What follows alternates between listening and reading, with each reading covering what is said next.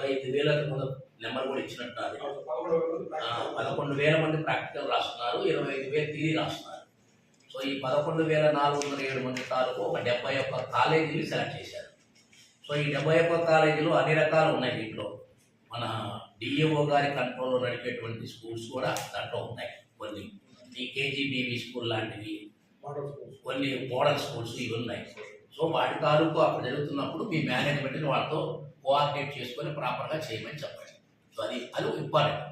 So వీళ్ళ తాలూకు coordination RIO గారి నెంబర్ మీకు ఎట్టుబడి ఉంటుంది. మీకు ఆల్రెడీ కో డిపార్ట్మెంటే కాబట్టి మీకు వాళ్ళతో ప్రాక్టికల్గా అవగాహన చేసుకోండి. మిగిలినటువంటి డిపార్ట్మెంట్ వాళ్ళు మీకు ఆల్రెడీ ఏదైతే ఉందో మనం ఎప్పుడు చేసేటువంటి స్టేక్ హోల్డర్స్గా మనం ఉన్నాం కాబట్టి అదర్ డిపార్ట్మెంట్స్ వాళ్ళందరూ కూడా వాళ్ళకున్నటువంటి దాని ప్రకారం ఫాలోఅప్ చేసుకోండి. ముఖ్యంగా ఆర్టీసీ వారు మీకు ఇందాక ఈ ఎగ్జామినేషన్ మామూలు ఎగ్జామినేషన్ తక్కువ మంది ముందుగా ప్లానింగ్ వస్తారు. కాంపిటేటివ్ ఎగ్జామినేషన్ అంటే ఇది ఇంటర్మీడియట్ ఎగ్జామినేషన్. ఇంకా పిల్లలు అంత కేర్ రాదు, కొంత నెగ్లిజెన్సీ ఉంటుంది. టైంకి షార్ట్ టైంలో బయలుదేరతాడు. 8కి ఎగ్జామ్ అంటే 7:30 బయలుదేరేవాడు కూడా ఉంటాడు. ఒక గంట ముందు ఉందామని ఆలోచన కూడా ఉండదు. సహజంగా అప్పటికి అంత మెచ్యూరిటీ లెవెల్ రాదు. అంటే మీరు బస్సులు ఫ్రీక్వెన్సీ ఆ టైంలో పెట్టుకోండి. కొంచెం ఎర్లీ అవర్స్లో వచ్చేట్టుగా ప్లాన్ చేసుకోండి. ఇందాక వాళ్ళు చెప్పినట్టు నాగరి, కుప్పము, కొన్ని ఏరియాలో విజయపురం నుంచి వచ్చేటువంటి ఏరియాలో కొంత ప్రాబ్లం ఉంటుంది. రిమోట్ ఏరియాలో ఒకసారి వర్కౌట్ చేసుకోండి. ఇంక ఎలక్ట్రిసిటీ కాలేజీ ఉన్నాయి, అన్ని 5, 6 ఉంటాయి. వాళ్ళకి ఇచ్చేయండి, ఆ బాధ్యత పెట్టేయండి, వాళ్ళు చూసుకుంటారు. 8 నుంచి సాయంత్రం 5 దాకా ఎలా ఉంటారు? లంచ్ ప్రొవైడ్ చేస్తారు. లంచ్ ప్రొవైడ్ చేస్తారు కాబట్టి చూసుకోండి. సో 8 to 5 ప్రొసీడింగ్స్ ఇచ్చేయండి. 71 కాలేజీకి ఇచ్చేటటువంటి వాళ్ళు 2 ఇస్తే ఒక కాలేజీకి 2 ఇస్తారా? 2 సార్. 2 ఇచ్చినప్పుడు వాళ్ళకి కరెక్ట్గా ఇవ్వండి. ఆ ప్రొసీడింగ్ కాపీ మార్చేయండి. మీకు తర్వాత ఆర్టీసీ అయిపోయింది, మెడికల్ అయిపోయింది. ఇంకా మాది మీరు నోట్ చేసుకున్నారు తప్ప మన వైపు నుంచి మన తహసీల్దార్ లెటర్ పెట్టండి. 144 ఆర్డర్స్ పాతది, ఇప్పుడు కొత్త దాని ప్రకారం వేరే ప్రకారం పెట్టి ప్రాబ్లికేషన్ మీకేమున్నాయి. ఇప్పుడు ప్రాక్టికల్ ఎగ్జామినేషన్కి అవసరం ఉండకపోవచ్చు. థియరీ అప్పుడు ఏదో మార్చుకుంటారు, కొన్ని 50% 50% ఉంటుంది, ఆ ప్రకారం మార్చుతారు.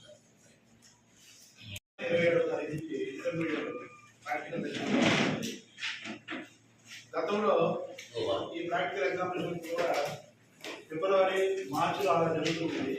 కానీ ఇంటర్మీడియట్ విద్యాశాఖలో చాలా రిఫార్మ్స్ వచ్చాయి కాబట్టి అక్కడ నుంచి ముందుకు తీసుకొచ్చారు.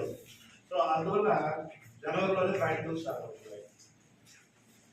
ప్రాక్టికల్స్ లో మనకు మొత్తం జిల్లా స్థాయిలో 71 కేంద్రాలు ఉన్నాయి, 71 సెంటర్స్ ఉన్నాయి. ఈ 71 సెంటర్స్ లో 27వ తారీఖు నుంచి 10వ తారీఖు వరకు, ఫిబ్రవరి 10 వరకు ప్రాక్టికల్ పరీక్షలు జరుగుతాయి. అయితే 71 సెంటర్లు ఒకేసారి జరగవు. వాటిని 3 స్కూళ్ళుగా డివైడ్ చేశారు. మొదటి స్కూల్లో ఒక 12 సెంటర్లు, రెండవ స్కూల్ అంటే మొదటి స్కూల్ అంటే 27వ తారీఖు నుంచి 31 వరకు సార్, అది ఫస్ట్ స్కూల్. అదేవిధంగా 1 నుంచి 5 వరకు రెండవ స్కూల్, అందులో ఒక 23 సెంటర్లు, 23 చోట్ల మాత్రమే పరీక్షలు జరుగుతుంటాయి. ఇక 6వ తారీఖు నుంచి 10వ తారీఖు వరకు మూడవ స్కూల్ అంటారు, అందులో ఒక 36 సెంటర్లలో పరీక్షలు జరుగుతూ ఉంటాయి. మన జిల్లాలో అన్ని ఎక్కువ గవర్నమెంట్ కళాశాలలు ఉంటాయి, ప్రైవేట్ కళాశాలలు తక్కువ ఉన్నాయి. అయితే ఇవన్నీ కూడా ఒకేసారి సీక్వెన్స్ జరుగుతుంది. 27 నుంచి 10వ తారీఖు వరకు జరుగుతుంది. మధ్యలో సెలవులు అంటూ ఉండవు సార్, ఆదివారాలు అంటూ సెలవులు ఉండవు సార్. ఆదివారాలు కూడా ప్రాక్టికల్ ఎగ్జామినేషన్ జరుగుతాయి సార్. సో ఇది మా యొక్క ప్రాక్టికల్ ఎగ్జామినేషన్ సిస్టమ్ ఇది. అయితే మీకు అందరికీ మీ అందరి యొక్క కోఆపరేషన్ కావాలి. కేంద్రాల్లో వాళ్ళు భారతీయ నాగరిక సురక్ష సంస్థ ద్వారా అంటే గతంలో వర్క్ కూడా ఉంటారు సార్, ఇప్పుడు అది పెడతాం సార్. అయితే పోలీస్ స్టేషన్తో మనకు డైరెక్ట్గా ఏం వర్క్ ఉండదు సార్. ఈ పరీక్షా కేంద్రం వద్ద మీరు రెవెన్యూ వాళ్ళు మాకు పర్మిషన్ ఇస్తారు కాబట్టి అది ఒకటి కావాల్సి ఉంటుంది అన్నట్టు. తర్వాత పోలీస్ డిపార్ట్మెంట్ నుంచి మాకు పోలీస్ స్టేషన్తో మాకు డైరెక్ట్గా వర్క్ ఏమి ప్రాక్టికల్ ఎగ్జామినేషన్లో వర్క్ ఏమి ఉండదు. క్వశ్చన్ పేపర్ కానివ్వండి, మార్క్స్ కానివ్వండి, ఇవన్నీ ప్రతి ఆన్లైన్లో జరుగుతాయి కాబట్టి. అయితే మీ ద్వారా మాకు కావాల్సిన విషయాలు అంటే సెంటర్స్ ఎక్కడైనా ప్రాబ్లమాటిక్ సెంటర్స్ ఉన్నప్పుడు మీ దృష్టికి వచ్చినట్లయితే దాన్ని ఇమీడియట్గా మీరు ఒక్కసారి ఒక 2-3 రౌండ్లు ఫ్రీక్వెంట్ రౌండ్స్ చేస్తున్నట్లయితే చాలా సార్ ఉంటారు.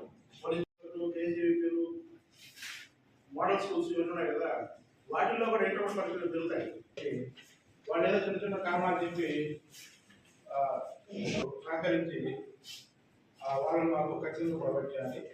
అదేవిధంగా కొన్ని చోట్ల కంబైన్డ్ క్యాంపసెస్ ఉంటాయి. అటువంటిప్పుడు ఆ ల్యాబ్ దగ్గర హై స్కూల్ పిల్లల్ని కొద్దిగా ఇబ్బంది పెట్టకుండా ఉండేట్టుగా బాగా పెట్టండి సార్. తర్వాత medical department sir medical department మీ యొక్క సహకారం చాలా కావాలి సార్. ఒక ఎందుకంటే 2 పూటలా జరుగుతుంది సార్ ఖర్చు. అది కాబట్టి ఆ సెంటర్స్ చెప్తాను సార్. 9 to 5 sir. పొద్దున 9 to 12 2 to 5 పిల్లలు ఆ ల్యాబ్లో కొంతమంది పిల్లలు అలాగే 3 గంటల సేపు 2 గంటలు ఎక్స్పెరిమెంట్స్ కొన్ని ఉంటాయి. సో ఆ పిల్లలకి ఏమో ఇబ్బంది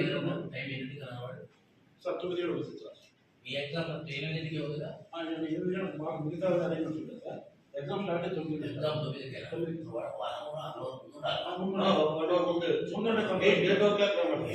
ఒకసారి స్టార్ట్ అయితే 7 వరకు అంటే 10 వరకు అలాగే కాబట్టి వారి ఇంటి దగ్గర 7 గంటలకు అలా బయలుదేరుతుంటారు. అంటే అలా ఏమైనా మీకు ప్రాక్టికల్ ఆఫర్ ఉందా? యాక్చువల్లీ కొన్ని రూల్స్ ఉంటాయి సార్. అదే చెప్పాలి అది స్పెసిఫిక్గా ఏమైనా ఫలానా సెంటర్లో పిల్లలకి అందుబాటులో రాలేని ఇబ్బంది పడ్డారు అన్నది ఏదైనా ఇన్సిడెంట్ ఉంటే వాళ్ళ దృష్టిలో గట్టిగా పెడితే వాళ్ళు ప్లాన్ చేస్తారు. రొటీన్గా జరిగిపోతుంటాయి. కానీ ఎక్కడో ఒక చోట 1 కార్నర్లోనో ఎక్కడో ఒక బస్సు రాక ఇబ్బంది పడే వాళ్ళు ఉంటారు కదా, అవి ఏమంటే స్పెసిఫై చేయండి. ఇబ్బంది ఉంటాయి. మాకు వచ్చిన ఇబ్బంది ఏంటంటే విజయపురం పట్టణం నిండ్రా మండలం నుంచి పిల్లలు నైగరీ కేంద్రాలు పరిచయం. అది నోట్ చేసుకోండి ఆఫీస్ వారు. ఎందుకంటే మీకు మామూలు రొటీన్గా వెళ్ళిపోతారు. కొన్ని సందర్భాల్లో ఏమవుతుందంటే కొన్ని కార్నర్లో ఉంటుండే పిల్లలు వాళ్ళకి అక్కడ బస్సు మీరు మామూలుగా వెళ్ళిపోయింది అనుకుంటారు. అక్కడ పోకుండా ఒక్కొక్కసారి ఏదైనా ఆగిపోయి ఉంటాయి. అలాంటి సందర్భంలో వాళ్ళ కెరీర్ పాడవుతుంది. అది ఇంపార్టెంట్. ఈ 3 కొంచెం రిమోట్గా ఉండేటువంటి ఏరియాలు కాబట్టి మాకు గతంలో అక్కడ కొంచెం ప్రాబ్లమ్స్ వచ్చాయి సార్. మీరు స్పెసిఫై చేయకపోతే వాళ్ళు తెలియదు.